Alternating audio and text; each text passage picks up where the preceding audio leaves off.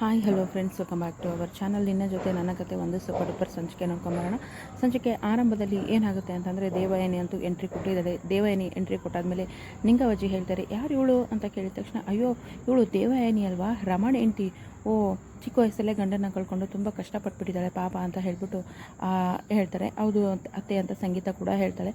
ಓ ಇವಳು ಅದೇ ನನ್ನ ಮಗಳು ಅಂಜು, ಮಾಮ್ ಅಂತ ಅಂಜು ಬರ್ತಾಳೆ. ಬಂದ ತಕ್ಷಣ, ಓ ಇವಳು ಹೆಣ್ಮಗಳ, ಏನಿದು ಏನು ಅಂತ ಕಲಿಸ್ಬಿಟ್ಟಿದೆ ಇವಳಿಗೆ, ಏನೂ ಗೊತ್ತಿಲ್ಲ. ನೋಡಲ್ಲಿ ಶ್ರವಣನ ಮಗಳು ಮನಸ್ವಿನಿ ಎಷ್ಟೆಲ್ಲ ತಿಳ್ಕೊಂಡಿದ್ದಾಳೆ, ಎಷ್ಟೆಲ್ಲ ಕೆಲಸ ಮಾಡ್ತಾಳೆ, ಆದರೆ ನಿನ್ನ ಮಗಳಿಗೆ ಮಾತ್ರ ಏನೂ ಗೊತ್ತಿಲ್ಲ, ಯಾಕೆ ಕಲಿಸಿಲ್ಲ ದೇವಯಾನಿ ಅಂತ ಕೇಳ್ತಾರೆ. ಅದು ಅವರು ಪಾರಿನಲ್ಲೇ ಬೆಳೆದಿರೋದಲ್ವ, ಹಾಗಾಗಿ ಅವಳಿಗೆ ಸ್ವಲ್ಪ ಏನೂ ಗೊತ್ತಿಲ್ಲ ಅಂದ ತಕ್ಷಣ, ಎಲ್ಲಿ ಬೆಳೆದ್ರೆ ಏನು, ನೋಡಲ್ಲಿ ಆ ಮನಸ್ವಿನ ನೋಡಿ ಕಲ್ಕೋ ಅಂತ ಹೇಳ್ಬಿಟ್ಟು ನಿಂಗವಜ್ಜಿ ಬೈತಾರೆ. ಆಗ ಓಹೋ, ಇಲ್ಲಿ ಮನಸ್ವಿನಿಯಾಗಿ ಆ್ಯಕ್ಟ್ ಮಾಡ್ತಾ ಇದೆಯಾ, ನೋಡ್ಕೊಳ್ತೀನಿ ನಾನು ಇನ್ನೊಂದು ಕೈನ ಅಂತ ಹೇಳ್ಬಿಟ್ಟು ದೇವಯಾನಿ ಕೋಪ ಮಾಡ್ಕೋತಾಳೆ. ಮತ್ತು ರೂಮ್ಗೆ ಹೋಗ್ತಾರೆ. ಅಂಜು ಇದ್ದಳು, ನೋಡು ಮಾಮ್, ಆ ಭೂಮಿ ಅಲ್ಲಿ ಕೂಡ ಹಾಗೆ, ಇಲ್ಲಿ ಕೂಡ ನಿಂಗವಜ್ಜಿ ಮನಸ್ಸನ್ನು ಗೆದ್ದಿದ್ದಾಳೆ. ಅಷ್ಟೋ ಅಲ್ಲದೆ ಮನಸ್ವಿನಿ ಅಂತ ಬೇರೆ ಹೇಳಿದ್ದಾರೆ. ನೀನು ಡೋಂಟ್ ವರಿ ಅಂಜು, ನೀನೇನು ಹೆದರ್ಕೋಬೇಡ, ನಾನು ಅದಕ್ಕೆ ತಾನೇ ಬಂದಿರೋದು. ಮಾಮ್, ಅಜಿತ್ ಮತ್ತು ಆ ಭೂಮಿ ಫೋಟೋ ತೊಗೊಂಡು ಬಂದಿದ್ದೀಯಾ ಅಂದ ತಕ್ಷಣ, ಅದಕ್ಕೆ ತಾನೇ ಎಲ್ಲ ಪ್ರಿಪೇರ್ ಮಾಡ್ಕೊಂಡು ಬಂದಿದ್ದೀನಿ ಅಂತ ಹೇಳ್ತಾರೆ. ಅಂದರೆ ಇಲ್ಲಿ ಭೂಮಿ ಮತ್ತು ಅಜಿತ್ ಗಂಡ ಹೆಂಡತಿ, ಇವಳು ಮನಸ್ವಿನಿ ಅಲ್ಲ ಅಂತ ಪ್ರೂವ್ ಮಾಡೋಕ್ಕೆ ಅಂತಲೇ ಬಂದಿರೋದು ದೇವಯಾನಿ. ಈ ಕಡೆ ಭೂಮಿಗೆ ಫುಲ್ಲು ಟೆನ್ಷನು. ಸತ್ಯನ ಬೇರೆ ಸರಿಯಾಗಿ ಮಾತಾಡಲಿಲ್ಲ, ಸಾಹೇಬ್ರಿಗೆ ಏನಾಯಿತೋ ಏನೋ ಅಂತ ಒಂದೇ ಸಮ ಟೆನ್ಷನಲ್ಲಿ ಓಡಾಡ್ತಿರ್ತಾಳೆ. ಅಲ್ಲಿಗೆ ಸಂಗೀತ ಕೂಡ ಬರ್ತಾಳೆ. ಆಮೇಲೆ ತಾಳಿ ಕಟ್ಟಾಗಿರೋ ವಿಷಯ ಕೂಡ ಅತ್ತೆಗೆ ಹೇಳ್ಬೇಕು ಅಂತ ಚಡ್ಪಡಿಸ್ತಾ ಇರ್ತಾಳೆ. ಅಷ್ಟೊತ್ತಲ್ಲಿ ಭೂಮಿ ಏನು ಮಾಡ್ತಾ ಇದ್ದೀಯ ಅಂದ ತಕ್ಷಣ, ಅತ್ತೆ ಅವರು ಅಂದ ತಕ್ಷಣ, ಅಯ್ಯೋ ಅದೇ ವಿಷಯ ಹೇಳೋಣ ಅಂತ ಬಂದೆ, ನಿನ್ನ ಫೋನ್ ಕನೆಕ್ಟ್ ಆಗಲಿಲ್ವಂತೆ, ಅದಕ್ಕೆ ಅಜಿತ ನನ್ನ ಜೊತೆ ಮಾತಾಡ್ದ, 10 ನಿಮಿಷ ಮಾತಾಡಿದ ಕಣೆ, ಅದರಲ್ಲಿ 9 ನಿಮಿಷ ನಿನ್ನ ಬಗ್ಗೆನೇ ವಿಚಾರಿಸಿದ್ದು ಅಂತ ಹೇಳಿದ ತಕ್ಷಣ, ಅತ್ತೆ ಅವ್ರು ಹುಷಾರಾಗಿದ್ದಾರಂತ, ಚೆನ್ನಾಗಿದ್ದಾರಂತ, ನನಗಂತೂ ಕೈಕಾಲೇ ಆಡ್ತಾ ಇಲ್ಲ ಅತ್ತೆ ಅವರಿಲ್ಲದೆ ಅಂತ ಹೇಳ್ಬಿಟ್ಟು ಭೂಮಿ ಪರದಾಡ್ತಿರ್ತಾಳೆ.